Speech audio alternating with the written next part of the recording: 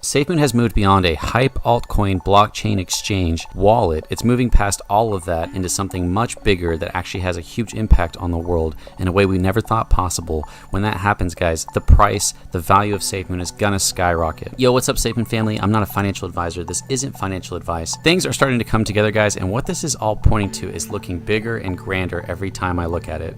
John Crony has always been about the freedom of the unbanked. Recently, someone asked him if he could give us any hints on anything big that's happening, and he said that he likes mesh networks. Now, there's already been a couple of videos on mesh networks, but there was something I didn't see in their videos.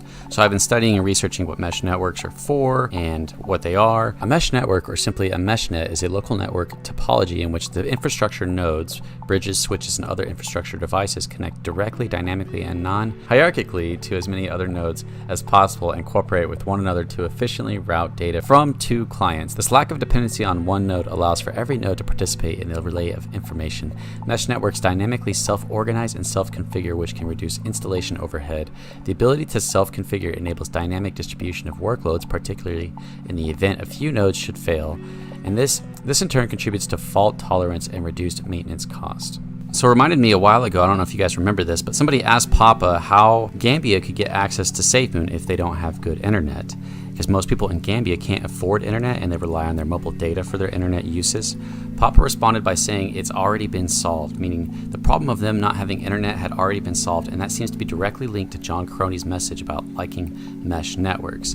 As mesh networks can provide a way to bring internet and easier banking to poorer places and the unbanked. So we're moving beyond just a hype coin that's kind of providing good uses for other cryptos and a good exchange to like actually helping poorer countries have better lives through providing them internet and providing them banking options through Safemoon. And guys, this is where Safemoon can do what we've all been hoping for, by not just focusing on becoming a big meme coin and having actual case uses, by providing a blockchain and exchange that is better and cheaper, and going a step further into helping poorer countries that don't have internet and banks like we do, and providing them with real utility uses for Safemoon through mesh network internets and providing a way to bank without the use of an actual bank.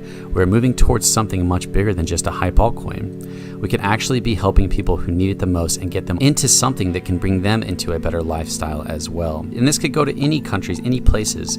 There's already a place in Australia and they all run on mesh networks. But anywhere where there's unbanked, anywhere where they need internet, will be able to work with these two things to actually help them and have more utility than the world ever thought was possible with crypto. Now, people are suggesting that the mesh network could be linked to Elon Musk's Starlink, and that there's a possibility that they are working together, since if we look at Starlink and what it aims to do, Safemoon and Elon's goals could have lined up. Starlink is a program that wants to roll out internet service to everybody around the world. Over the past year, SpaceX has been continuously releasing hundreds of satellite fleets for global service coverage. Last month, the company recorded over 500,000 orders from people who want to access Starlink's internet grant. At the moment, there are now 1,800 Starlink satellites. For this week, the SpaceX operating officer said that the number of the current satellite network is enough to serve the global users. We've successfully deployed 1,800 or so satellites, and once all those satellites reach their operational orbit, we will have continuous global coverage, so that should be like September timeframe. The beta service for Starlink has been available in 11 countries. Some of them included European countries in the United States, New Zealand, and Australia. Earlier this year, the United Kingdom's Ofcom has approved SpaceX for its Starlink satellite broadband access. If you want to purchase the service, it could cost you $99 a month. Before the installation, you need to pay $4.99 upfront for the tools that will be used for the initial operation. The company makes use of a special kit called the Starlink Kit, which houses the Wi-Fi router and a user terminal. These are the keys for the satellite connection that would come. SpaceX wants to release nearly 2,000 satellites annually in line with its mission to launch 12,000 satellites above. By 2027, the number of satellites could now reach 42,000. Outside the internet service, SpaceX also prepares to develop a spacecraft that would bring humans to Mars and the Moon someday.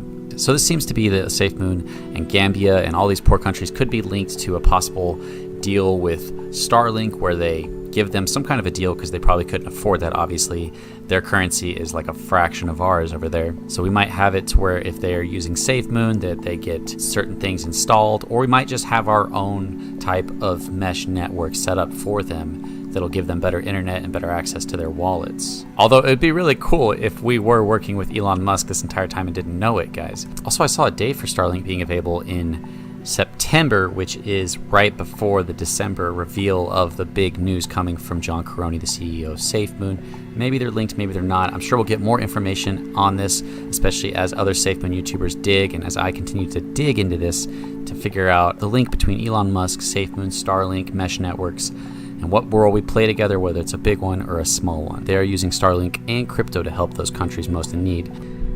I know there's going to be some people that are like, you know, that's great, we're helping people and stuff, but when we go into the moon, when Lambo, they might not feel that way, but the moon and helping other countries are interconnected. There's projects like this that actually are going to give Safemoon utility, that are actually going to lead to us actually heading towards the moon, and landing on the moon is going to be us actually helping other people instead of just becoming a hype coin. And that's exactly what they're doing. They are changing the crypto world. They are the revolution. Anytime we're learning about how crypto is actually helping the unbanked or helping provide internet or whatever it is, whatever projects it is that we're part of, then just know that it also, all that is leading into landing on the moon while at the same time helping people who need it the most. This will gain massive traction as having more utility than everybody said a crypto could have, because everybody says most cryptos don't provide any actual utility. This will be doing the opposite and providing more utility than what banks are currently providing. When big events like these happen and we actually start providing internet and providing a wallet and providing Safemoon and cryptocurrency to actually help the unbanked in the world who are living in poverty, the hype and news around something this big, especially if it's linked to Elon Musk,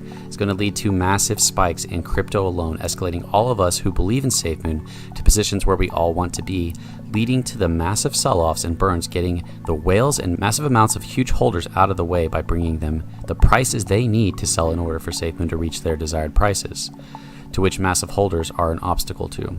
Massive holders are an obstacle to a high price. The good thing about that is that because that's an obstacle, the only way to get rid of that obstacle is to have enough volume and new holders to raise the price to the point that the whales and massive amounts of holders will want to sell. So basically, because there's so many whales and there's so many holders that have so many tokens, that part of the obstacle of getting the price up high, which is part of the goal of Safemoon, is to do well, to get to the moon, to provide all of us with prices that we are willing to sell at. Whether it's partial, whether it's a decent amount, a lot of us are going to end up selling because we're going to reach points where we're going to want to sell, and we'll say, that's a good deal, I'm going to take half of that, or that's a good deal, I'd like to take my reflections. And that's part of the path to raising the price to numbers that we want to see, like 1 cent and 10 cents. So the path to the prices we want to see involves us seeing prices we will be willing to sell at in the first place, followed by massive amounts of new holders, with a project like Operation Phoenix and the freedom of the unbanked will likely provide gaining worldwide attention. There's also a piece of news which is supposed to come in December, which John Karony, CEO of Safemoon, said we would not believe if we saw it. Maybe this is linked to Starlink or Elon Musk. As of right now, this isn't confirmed, but he did say that it's so big that we wouldn't believe it. If you guys enjoy this content, make sure to like, comment, and subscribe. And if you want to support me, just watching an ad here and there really helps me make money off of this, so I can focus more of my time into informing and entertaining you guys. See you guys in the next video.